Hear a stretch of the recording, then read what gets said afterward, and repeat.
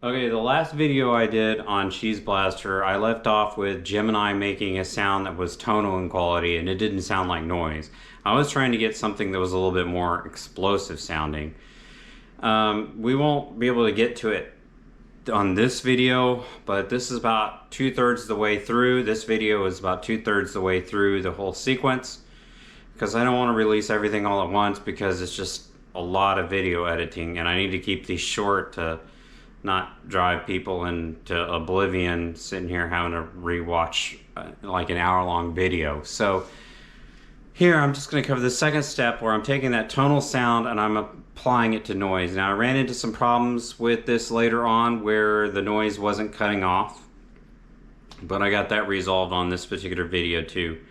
This won't be the absolute final video, but I think it's going to be the second in the sequence of 3 videos.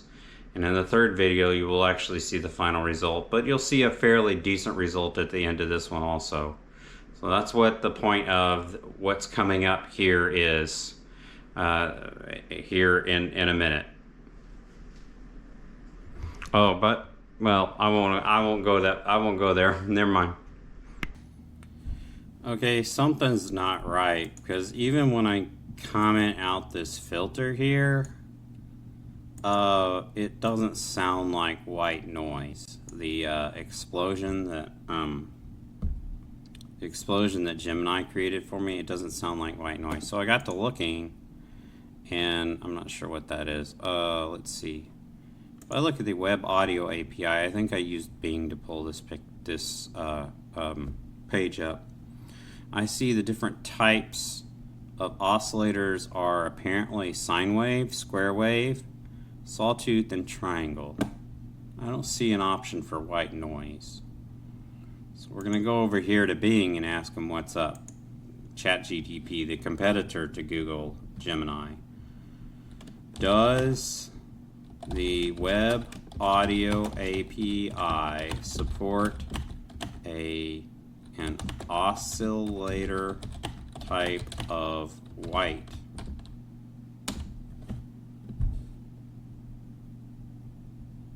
Certainly.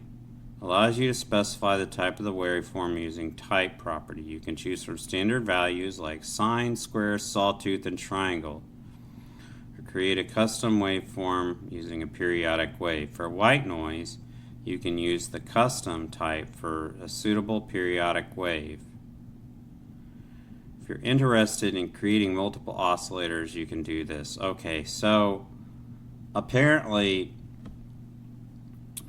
Gemini was a little off. Okay, so we're going to see if this offends Gemini. We're going to say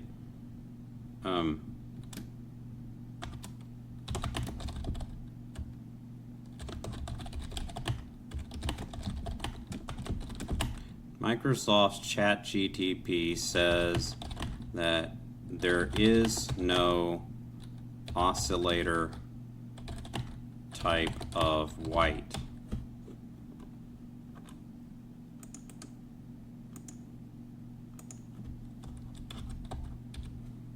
In the Web Audio API.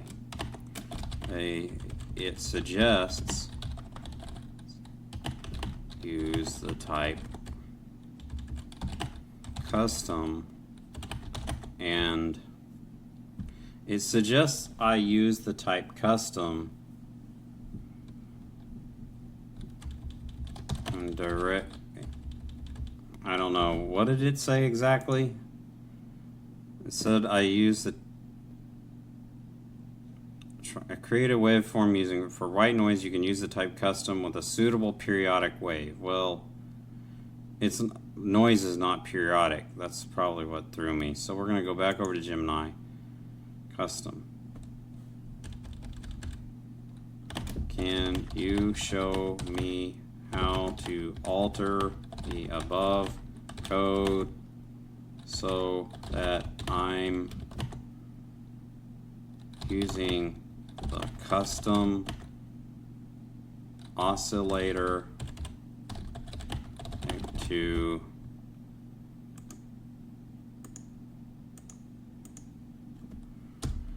process an array of random values that simulate white noise. I hope it knows what I'm talking about, because I'm not sure I know what I'm talking about. Microsoft's ChatGPT says there is no oscillator type of white in the web audio API. It suggests I use the custom type. Whoops. Can you show me how to alter the above code so that I'm using the custom oscillator type to process an array of random values that simulate white noise?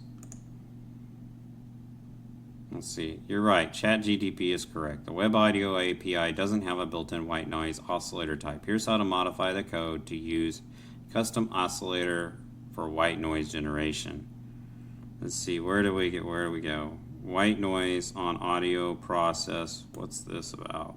Create random noise. I get that.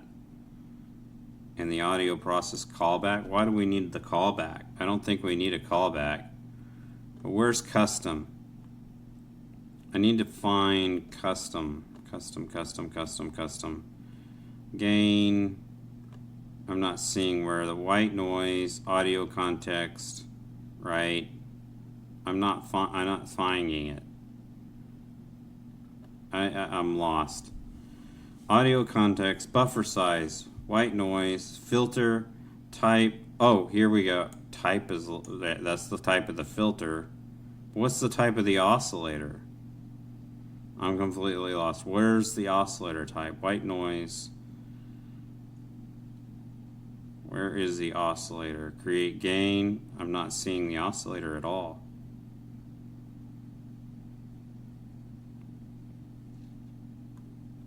Gain, audio context, connect gain, connect destination on audio process, set. I'm going to have to come back and read that. I'm going to have to read over this because I don't know what it's doing. I'm back. I'm still trying to keep my GoPro from overheating, but I really didn't understand this code that was generated by the Web Audio API, so I went to look it up, and I didn't follow what the I didn't follow what this documentation here said about the custom parameter. It says set periodic wave. So I went and searched a little bit on, I don't know, Bing or Google, probably Bing. And let's see, where's that Gemini page again? And I found this article, which seems to be very useful. There are some others about how to directly create an explosion effect, but I found this one, and it's using the same create processor node technique that Gemini was coming up with. So I think it's going to be what I want. Their buffer size is identical. It says create script processor. We've got that right there. I don't know what this is about. Buffer size 1:1. Yeah, it's the same buffer size he's using. Apparently they pulled it directly off of this guy's page, which is kind of freaky, but and then down where we say on audio process function event, yep. Output buffer, output data. Okay, here's the for loop, buffer size. This looks almost exactly like this guy's code. So, I don't know. He does give a warning about this. Let's just make sure that we reference that, because, oh, well, I'm going to need to reference this, cite this. This is kind of scary, because I'm almost certain Gemini pulled this directly from here. I mean, the numbers are matching way too close, but maybe I'm wrong. So, but it pulled it in a manner, it should have cited the references, but it pulled it in a manner that's better than I probably could have pulled it. So we're going to go ahead and scrap that function that we had originally, because I don't know exactly what changed. I know generally we're gonna scrap this. And we're just going to replace it with the second one because it's just easier to read. I mean, it's easier to go that way. Okay. Right, this is the new function based upon the collaborative effort of Gemini and ChatGPT, I suppose, and that one dude. That dude that from that web page. And before we go any further, so I don't forget,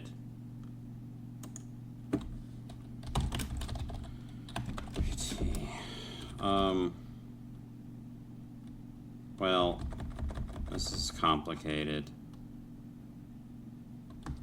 I'll just leave it at that. And wait a minute, where's that web page? Is it short? Yeah, good. It's a short URL. I like people that make short URLs. I mean, I'm not like talking about tiny URLs, but we don't want like mega massive URLs. Nobody likes that. This guy's efficient, clean. He tells people what they want to know, gets to the point, unlike me. If this was a blog, it would probably be more efficient, but because I'm experimenting, we're just kind of going with what comes our way. You know what I'm saying? Let's change this to end. I probably need to clean that comment up to be a little bit more self-explanatory, but that basically I'm just telling myself to remind myself to put in the credits to also say that NoiseHack played a part in creating this function. So, of course, he warns against this method. Alright, so we're going to save that and we're going to go back over here and hopefully it will sound more noisy. That would be a good thing. Let's see what happens. Maybe it'll crash.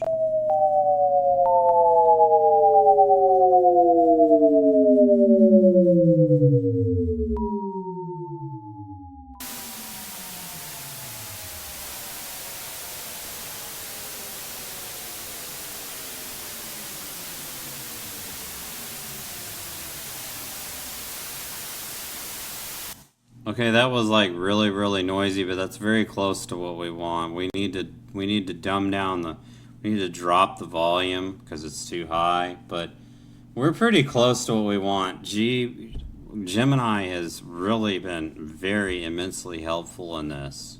So we're gonna go ahead and come back. Okay, something's not quite right. The code that Gemini provided me the second time around does provide the white noise type sound, and it's very close to what I want, but I opened up the debugger and there's something strange going on here. But the sound's never shut off, and if we look here we get an error.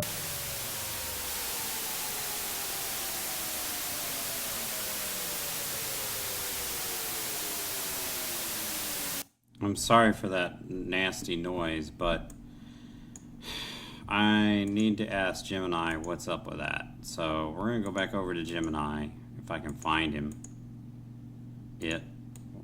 Find this. Don't even get me started on that. I'm going to go back over here to Gemini and ask him about this.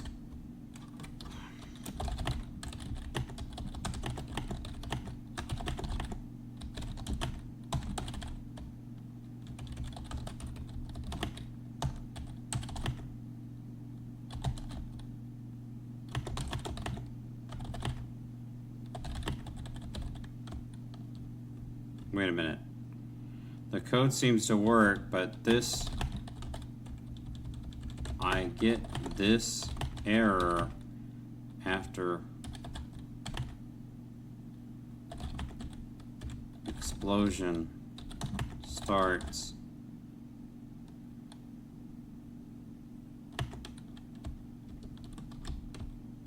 And the explosion sound never ends. The code seems to work, but I get this error after the explosion sound starts. Then the explosion never ends.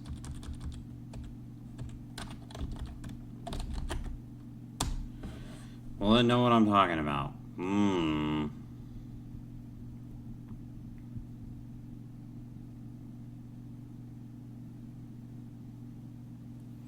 It says the script processor node doesn't have a start method like the oscillator node.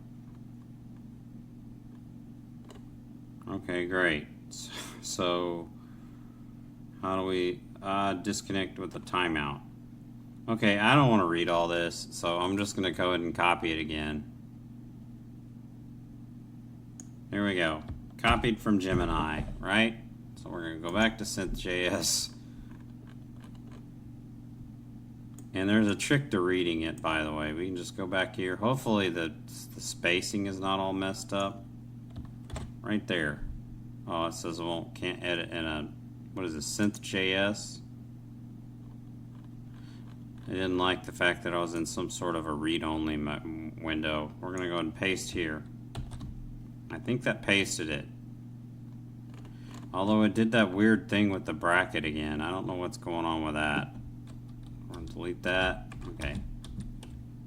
I'm going to save that. Now we're going to go over here to get to see what changed. Oh, this is hard to read. What do we got here? A white noise start command. Originally they were using white noise connect. Oh no, wait a minute. Is this what's new? They were using start, but now they're using connect. They were using on ended, now they're using set timeout. That sounds cool. So basically they swapped out the smart start with connect, and Gemini went and put a set timeout. Let's see if it terminates now. I saved it. Let's go back over here. Fresh. See what happens now. It's gonna probably still be really loud.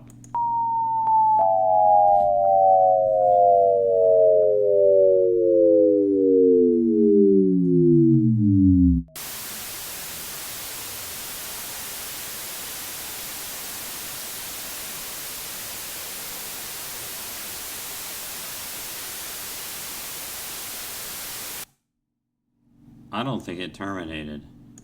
Let's go over here and look at that again. And the reason why that one came up seeming out of nowhere is because it was off the screen. You didn't see it. I'm sorry for that. Let's put a really small force here. We're gonna pretend like this is the force is in seconds, and it probably is. So we're gonna go that's the length. The force, a force of 1 Newton apparently has like a 1 second, close to 1 second, the same order of magnitude of length, whatever. I'm not sure if I said that right, but we're gonna try 1. Oh, that didn't help. Okay, getting hungry. Wait a minute. There we go. We want that on the screen so you can see. Oh, it worked. Did you hear that?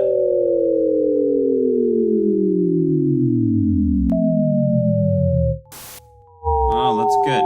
It's not fading out, but yeah, it's terminating. All right, we'll come back when I have a better idea. But at least it's terminating now. Okay.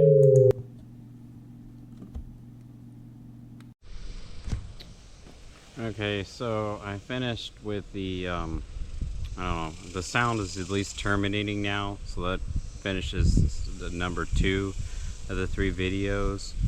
I don't want to get into the editing right now because sometimes when I do these videos I say things that are like really embarrassing or really not nice, and I have to go through and make sure I don't say anything excessively stupid.